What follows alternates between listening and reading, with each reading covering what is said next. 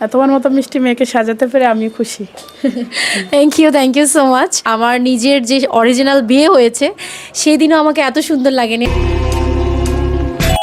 Hello everyone, এত happy হয়ে আমি কোথায় চলে যাচ্ছি জানেন? আমার সেকেন্ড ব্রাইডাল শুটে। আর আমার সেকেন্ড ব্রাইডাল শুটটা ছিল চাঁদপুর জেলার মতলব থানার প্রিয়সী বিউটি পার্লারে। মতলব দক্ষিণের জগন্নাথ মন্দিরের পাশেই জনতা ব্যাংকের ঠিক অপোজিটেই অবস্থিত প্রিয়সী বিউটি পার্লার। আমি ভিডিওতে খুব সুন্দর করে লোকেশনটা দেখিয়ে দিয়েছি যাতে আপনারা যারা আমার সাজটা পছন্দ করবেন তারা খুব সহজেই পার্লারটিতে যেতে পারেন। ফার্স্টেই আমি আপনাদেরকে প্রিয়সী বিউটি পার্লারের ভেতরে ডেকোরেশনটা দেখিয়ে দিচ্ছি। আপু খুব সুন্দর করে নিজের মতো করে পার্লারটা ডেকোরেট করেছে, আমার কাছে খুব ভালো লেগেছে। ইভেন মতলবের যত পার্লারে আমি গিয়েছি আমার কাছে মনে হয়েছে যে আপুর পার্লারটা সত্যিই খুব গুছানো। হ্যালো আপু।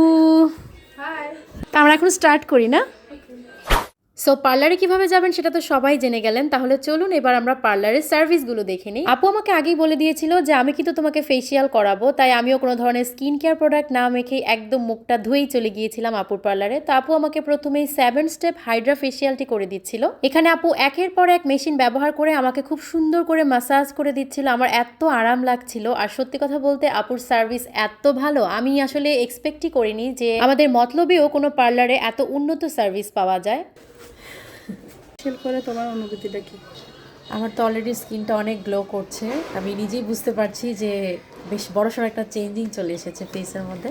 আর আমার খুবই ভালো লেগেছে, আপু খুবই সফটলি ম্যাসাজ করেছে অ্যান্ড সার্ভিস খুব দারুণ, আমার খুব ভালো লেগেছে। আর স্কিনটা অলরেডি গ্লো করছে, আমি এটা বুঝতেই পারছি, আমার ক্যামেরাতেই বোঝা যাচ্ছে একদম। Thank you. আমি আর কি বলবো বলেন, আপনারা তো আমার চেঞ্জিংটাই বুঝতে পারছেন। আমার ফেসটা এত গ্লো করছিল ফেসিয়ালটা করার পরে। এইদিকে ফেসিয়াল শেষ করার পরে আপু আমার হেয়ারটাকে রেডি করে নিচ্ছিল। আপু ফার্স্টে আমার হেয়ারটাকে ক্রেপ করে নিয়েছে, তো তারপরে আমরা মেকআপে বসে পড়লাম। আপু আমাকে ফার্স্টে একটা ময়শ্চারাইজার ইউজ করে আমার ফেসটাকে হাইড্রেটিং করে নিল। তারপরেই আপু আমাকে একের পর এক প্রোডাক্ট ইউজ করে আমার বেসটাকে করে নিচ্ছিল, কনসিলার, ফাউন্ডেশন সবকিছু উনি এত সফটলি দিচ্ছিল এবং বারবার আমাকে জিজ্ঞেস করছিল যে তুমি কি ব্যথা পাচ্ছ? তো আমি আসলে বলছিলাম যে না আপু, আমি একদম ঠিক আছি। আসলে আপু এত সরল মনের একজন মানুষ, ওনার সাথে কথা না বললে আমি বুঝতে পারতাম না। পুরো মেকআপটাই আমরা গল্প করতে করতে করেছি এবং এত দেরি হয়ে গিয়েছিল আমাদের। আসলে ফুল মেকআপটা করতে করতে আমাদের প্রায় বিকাল 5টা বেজে গিয়েছিল। তো এই তো আমার মেকআপটা একদমই ডান। এদিকে আমার ছেলে খুব মজা করে খেলাধুলা করছিল। তারপর আপু আমাকে খুব সুন্দর একটা খোপা করে দিয়েছে, যেখানে কিনা কোনো ধরনের হেয়ার এক্সটেনশন বা কোনো এক্সট্রা খোপা লাগানো হয়নি। উনি আমার এই অরিজিনাল ছোট ছোট চুলগুলোকেই এত সুন্দর করে একটা খোপা করে দিয়েছে। তো যাই হোক, এরপরে আমি শাড়ি পরে ফেললাম। এটা হচ্ছে আমার বিয়ের বেনারসি। আমি শাড়িটা পরার পরে আমার খুব আমার বিয়ের দিনের কথা মনে পড়ছিল আর খুব করে ইচ্ছে করছিল, ইস আমার হাজবেন্ড যদি দেশে থাকতো আমি আবার আজকে বিয়ের পিড়িতে বসে যেতাম। মানে যতই আমার সাজটা একটু একটু করে কমপ্লিট হচ্ছিল, আমি এক এক করে গয়না পরছিলাম, আর ততই মনে হচ্ছিল ইস আমাকে এত মিষ্টি লাগছে কেন দেখতে। আমি জানি না আপনাদের কাছে কেমন লাগছে, বাট সত্যি কথা আমার কাছে আমাকে দারুণ লাগছিল সেদিন। কিন্তু আমার এত আফসোস হচ্ছিল যে আমি এত সুন্দর করে সেজেছি বাট আমি একটা ভালো ভিউ পাবো না, আমি সানলাইট পাবো না। এটা নিয়ে আমার খুব আফসোস হচ্ছিল। শুরুর থেকে আমি আপুকে বলছিলাম, আপু যদি আরেকটু আগে আমরা সাজটা কমপ্লিট করতে পারতাম তাহলে আমরা কিছু দারুণ দারুণ ফটো অ্যান্ড ভিডিও পেতাম। যদিও আমার প্ল্যান ছিল আমরা মতলব ব্রিজে যাব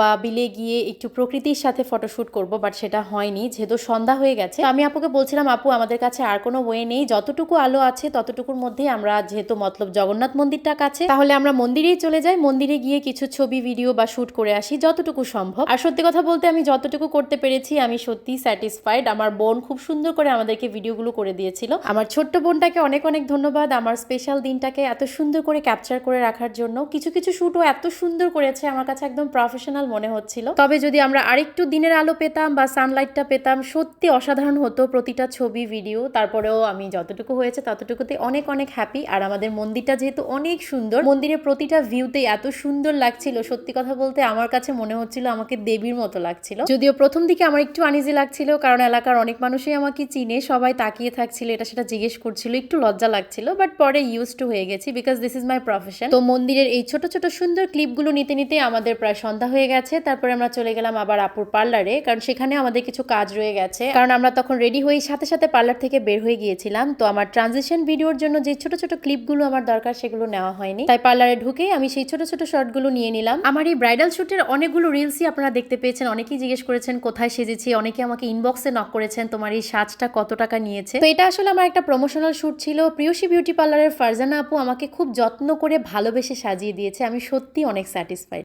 হ্যালো আপু। হ্যালো। আমার সাথে কাজ করে আপনার কেমন লাগলো? অনেক ভালো লেগেছে। তোমার মতো মিষ্টি মেয়েকে সাজাতে পেরে আমি খুশি। Thank you so much. আমার কাছে সেজে তোমার কাছে কেমন লাগলো? আচ্ছা, আপনার কাছে সেজে আমার সত্যি খুব ভালো লেগেছে। অ্যান্ড সত্যি কথা বলতে আমার নিজের যে অরিজিনাল বিয়ে হয়েছে সেদিনও আমাকে এত সুন্দর লাগেনি আজকে আমাকে যতটা সুন্দর লাগছে।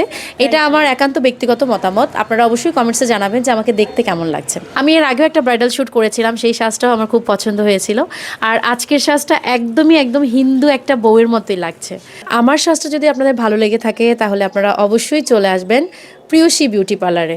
সো প্রিয়সী বিউটি পার্লারে আপনারা কীভাবে আসবেন সেই লোকেশনটা আপু আপনাদেরকে বলে দিচ্ছে। পিউসি বিউটি পার্লার মতলব বাজার জগন্নাথ মন্দিরের পাশে আর ইসলামী ব্যাংকের পশ্চিম পাশে, রাস্তার পশ্চিম পাশে আমার পার্লারটা, 3তলা বিল্ডিংয়ের 2তলায়। ওকে, আর আমি অবশ্যই আমার ভিডিওর ডিসক্রিপশনে আপুর ফোন নাম্বারটা দিয়ে দিব, আপনারা চাইলে আপুর ফোনে কল করেও চলে আসতে পারেন। থ্যাংক ইউ সো মাচ আপু আমাকে এত সুন্দর করে নতুন বউ সাজিয়ে দেওয়ার জন্য। Thank you so much. আর সকাল থেকে অনেক কষ্ট করেছেন তার জন্য অনেক থ্যাঙ্কস। ভালো থাকবেন, খুব ভালো মানুষ আপনি। আচ্ছা, তুমি ভালো থাকো, আল্লাহ হাফেজ।